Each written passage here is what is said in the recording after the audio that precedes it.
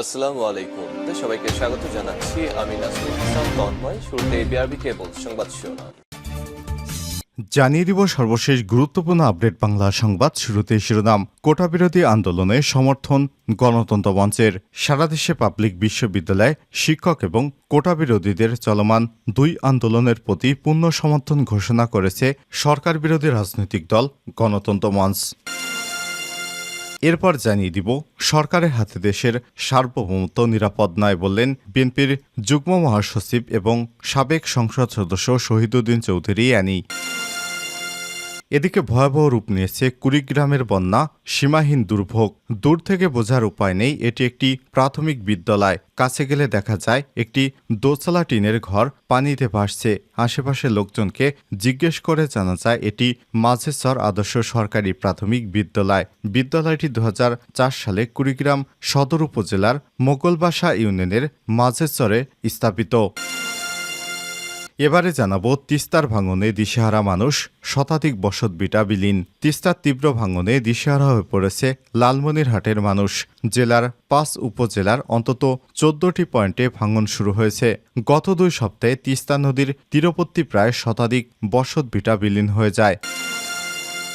এদিকে আওয়ামী লীগ নেতা বাবুলকে হত্যা, বাঘার পৌর মেয়র ঢাকায় গ্রেপ্তার। রাজশাহী জেলার বাঘা উপজেলা আওয়ামী লীগের সেক্রেটারি মোহাম্মদ আশরাফুল ইসলাম বাবুল হত্যার ঘটনায় পৌর মেয়র মোহাম্মদ আক্কাস আলী সহ 4 জনকে গ্রেপ্তার করেছে গোয়েন্দা পুলিশ। এবং সর্বশেষ জানিয়ে দিব নিষিদ্ধ ভয়ঙ্কর অস্ত্র বানাচ্ছে পুতিন। টার্গেটকে রাশিয়ার প্রেসিডেন্ট ভ্লাদিমির পুতিন খেল বোঝা তার বড়ই মুশকিল।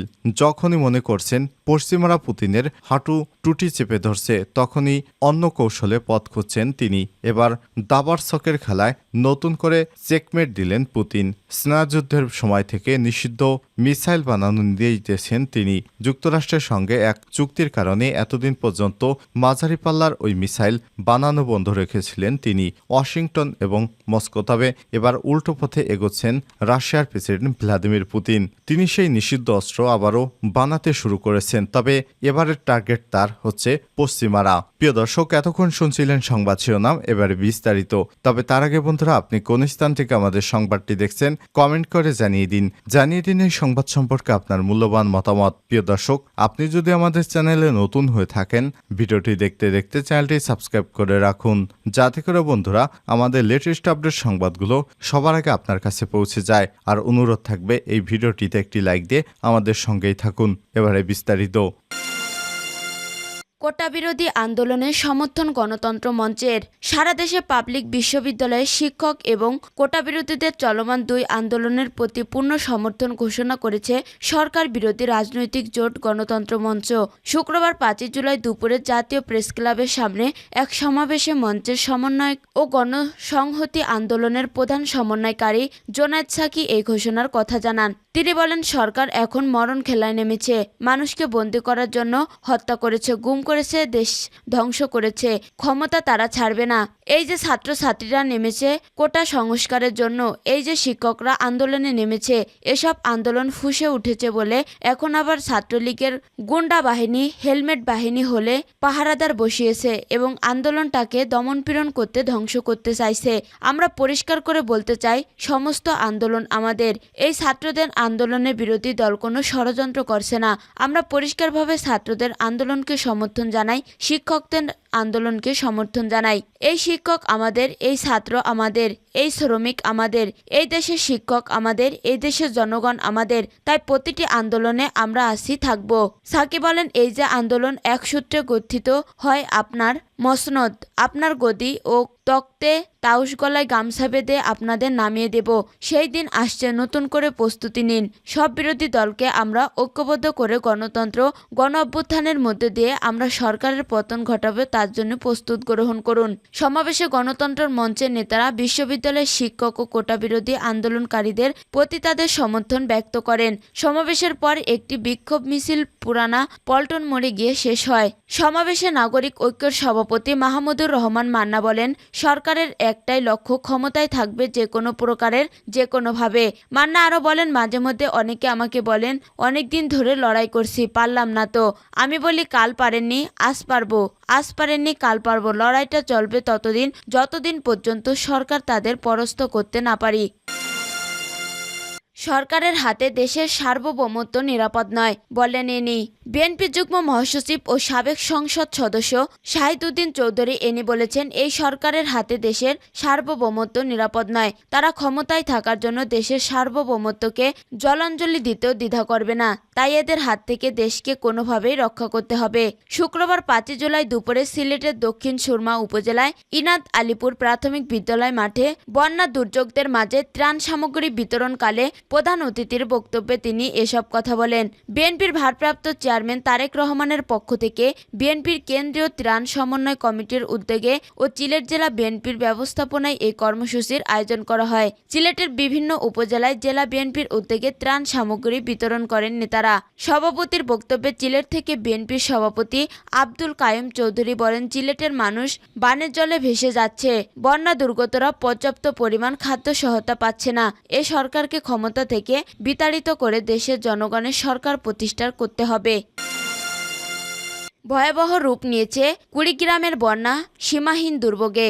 দূর থেকে বোঝার উপায় নাই এটি একটি প্রাথমিক বিদ্যালয়। কাছে গেলে দেখা যায় একটি দোতলার টিনের ঘর পানিতে ভাসছে।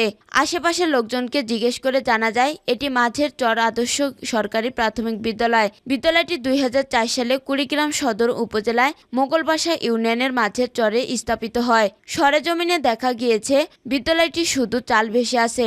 বারান্দা, বাথরুম সহ বিদ্যালয়ে যাওয়ার একমাত্র কাঠের ব্রিজটি পানির নিচে ডুবে গেছে। বিদ্যালয়ের পাশের গ্রামের হামিদা খাতুন কালবেলাকে বলেন, স্কুল ডুবে যাওয়ার কারণে বাচ্চা কাচ্চারা স্কুলে যেতে পারে না। পাশেই একটি ঘর ভাড়া নিয়ে ক্লাস করাচ্ছেন শিক্ষকরা। হাসনা খাতুন বলেন, উত্তর মাঝের চর স্কুল পানিতে ডুবে গেছে। ছেলেমেয়েরা স্কুলে যেতে পারে না, খুব সমস্যা হয়ে গেছে। বিদ্যালয়ের সহকারী শিক্ষক মহসিনা বেগম আঞ্জু বলেন, প্রায় 1 মাস থেকে আমাদের স্কুল পানির নিচে রয়েছে। আমরা পাশে একটা ঘর ভাড়া নিয়ে স্কুলের কার্যক্রম চালিয়ে যাচ্ছি। প্রায় 80 জন ছাত্রছাত্রী রয়েছে স্কুলে।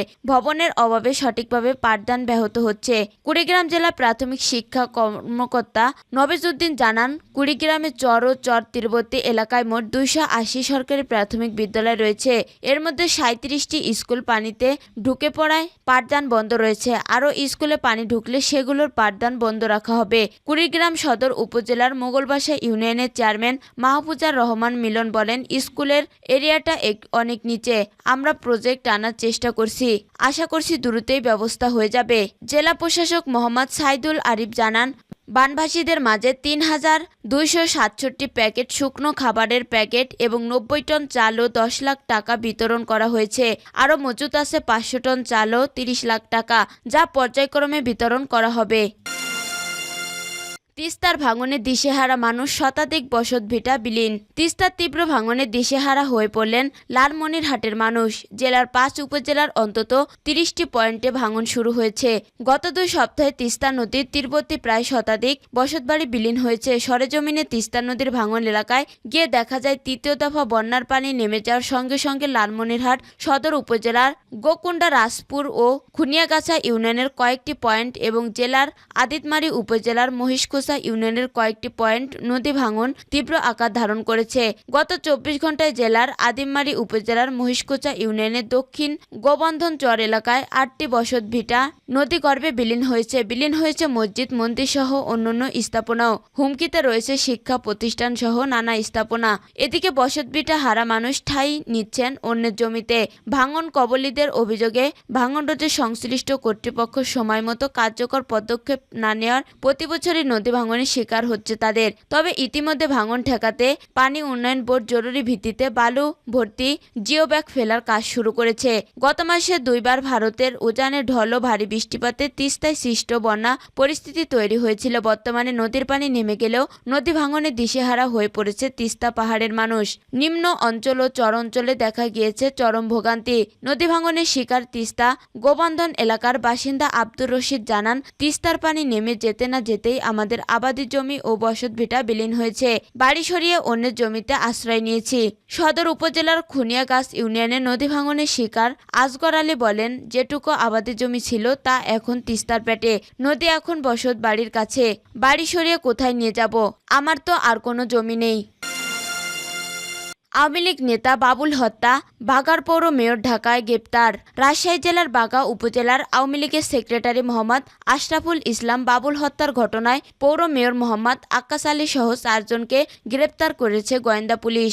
শুক্রবার 5 জুলাই রাতে ডিবির অতিরিক্ত পুলিশ কমিশনার মোহাম্মদ হারুনুর রশিদ কালবেলাকে বিষয়টি নিশ্চিত করেছেন। তিনি জানান, বাঘা উপজেলার আওয়ামী লীগের সেক্রেটারি মোহাম্মদ আশরাফুল ইসলাম বাবুল হত্যার ঘটনায় বাগা থানায় একটি মামলা রুজু হয়। এই মামলার 1 নম্বর আসামি বাগা পৌর মেয়র মোহাম্মদ আক্কাস আলী সহ 4 জনকে গ্রেপ্তার করা হয়েছে। গ্রেপ্তার অন্যরা হলেন মজনু, টুটুল, আব্দুর রহমান ও স্বপন। আসামিদের গোয়েন্দা মতিঝিল বিভাগ গ্রেপ্তার করে রাজশাহী জেলা পুলিশের কাছে হস্তান্তর করা হয়েছে বলেও জানিয়েছে ডিবি পুলিশ। উল্লেখ্য, গত 22 জুন বাগা উপজেলার পরিষদ চরত্রের সামনে পৌর মেয়র আক্কাসের একটি বিরুদ্ধে মানববন্ধন করে বাগা উপজেলা আওয়ামী লীগ। এ সময় পৌর মেয়রের নেতৃত্বে সে মানববন্ধনে হামলা চালানো হয়। ঘটনার সময় বাগা উপজেলায় আওয়ামী লীগের সাধারণ সম্পাদক আশরাফুল ইসলাম বাবুল গুরুত্ব